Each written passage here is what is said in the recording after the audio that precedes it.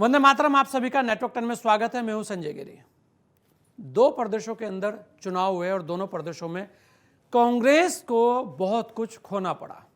Bharatiya Janata party Haryana में तीसरी बार सरकार लेकर आई और कश्मीर के अंदर भी अपनी स्थिति को आगे बढ़ाया। तो कहीं ना कहीं भारतीय जनता पार्टी ने कुछ ना कुछ पाया। बहुत सारे लोगों के मन में होगा कि आखिर जम्मू कश्मीर के अंदर ये क्या हुआ और जम्मू कश्मीर के अंदर वास्तव में भारतीय जनता पार्टी पीछे क्यों रह गई या कांग्रेस वहां पर उस तरीके से क्यों नहीं बढ़ पाई। और एक और बात जो लोगों के मन में चल रही होगी कि आखिर क्यों वहां पर अलगाववादी ताकतें भी चुनाव हारी और पीडीपी भी चुनाव हार गई और वहां पर नेशनल कॉन्फ्रेंस कैसे सत्ता में इतनी तेजी से आगे आई। कुछ बिंदु हैं, उन पर आपकी नजर भी डालते हैं और आपकी राय भी इस पर अवश्य हम लेंगे, क्योंकि आपकी राय भी हमेशा महत्वपूर्ण होती है।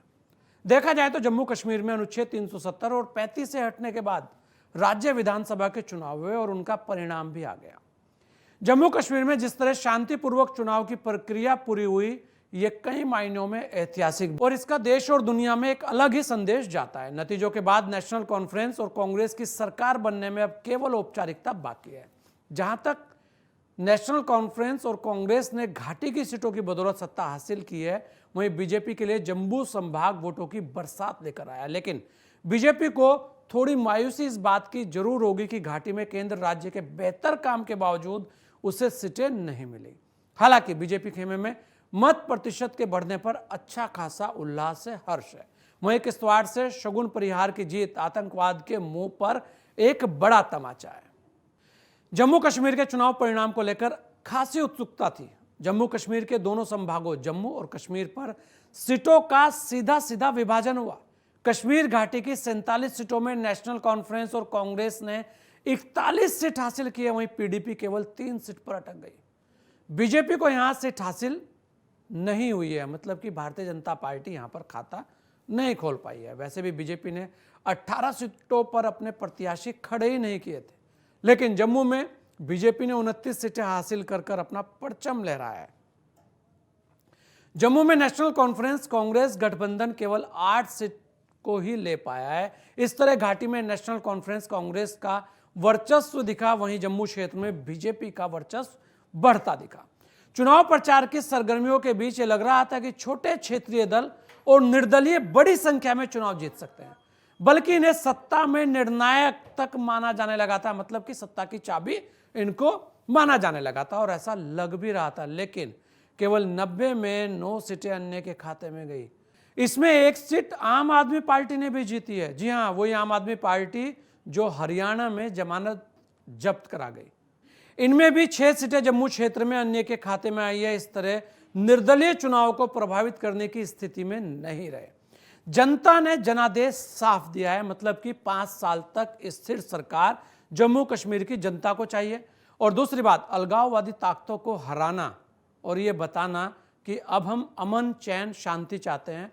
और जिस तरह से इस बार वहां पर पर्यटन बढ़ा है, उसे लेकर भी जनता से उम्मीद यही थी कि जनता स्पष्ट बहुमत देगी और जनता अब की बार राष्ट्रीय मुद्दों पर ही बात करेगी। चुनाव से पहले नेशनल कॉन्फ्रेंस और कांग्रेस ने पूरी दृढ़ता से गठबंधन कर लिया था। लोकसभा में जिस तरह नेशनल कॉन्फ्रेंस की फजीयत हुई थी, उसके बाद नेशनल कॉन्फ्रेंस ने मान लिया था कि कांग्रेस को साथ लेना जरूरी होगा, क्योंकि कांग्रेस के साथ आने से कहीं ना कहीं उनकी जो धरातल पर स्थिति है वो मजबूत होती है। हालांकि 2014 में 12 सीटें लेने वाली कांग्रेस इस बार 6 ही सीटों पर अटक गई, मतलब कि यहां पर भी कहीं ना कहीं चूक हो गई प्रत्याशियों को लेकर, या यहां पर भी जो सही धरातल की रिपोर्ट थी वो नहीं आ पाई। लेकिन इस गठबंधन का जो फायदा है वो जरूर दोनों दलों को मिला। जम्मू कश्मीर में 49 सीटों पर दोनों दलों को जीत हासिल हुई। बहुमत से ये 3 सीटें आगे है।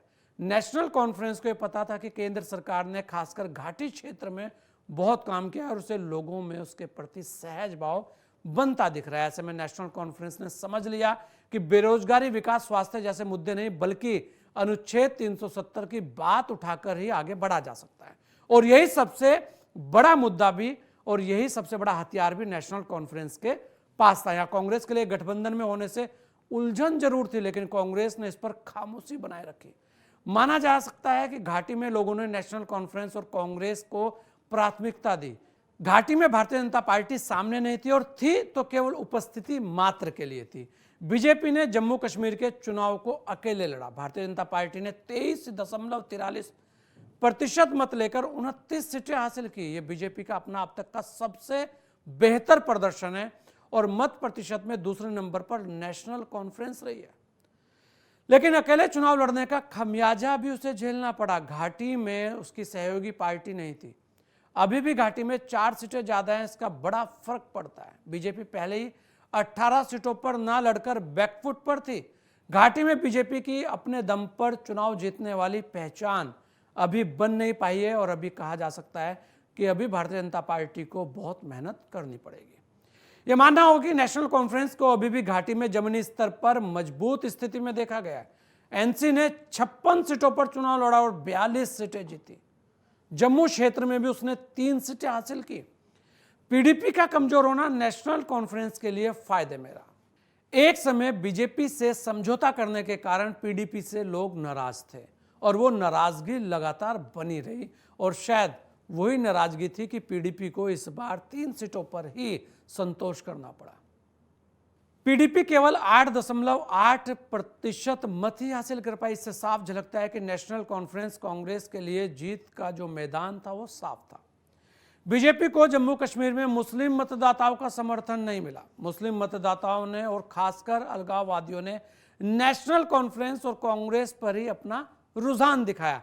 लेकिन एक जो बड़ी बात है, ऐसे लोगों को जम्मू कश्मीर की जनता ने नकार दिया जो जम्मू कश्मीर की नहीं, वो बात ही कहीं और की करते हैं और जिनको जम्मू कश्मीर में विकास दिखता नहीं है, जिनको जम्मू कश्मीर के अंदर पर्यटन दिखता नहीं है, उन सब लोगों को जम्मू कश्मीर की जनता ने नकारा भी और साथ साथ जो जनादेश दिया है वो भी एक तरफा जनादेश दिया है। मतलब कि स्थिर सरकार।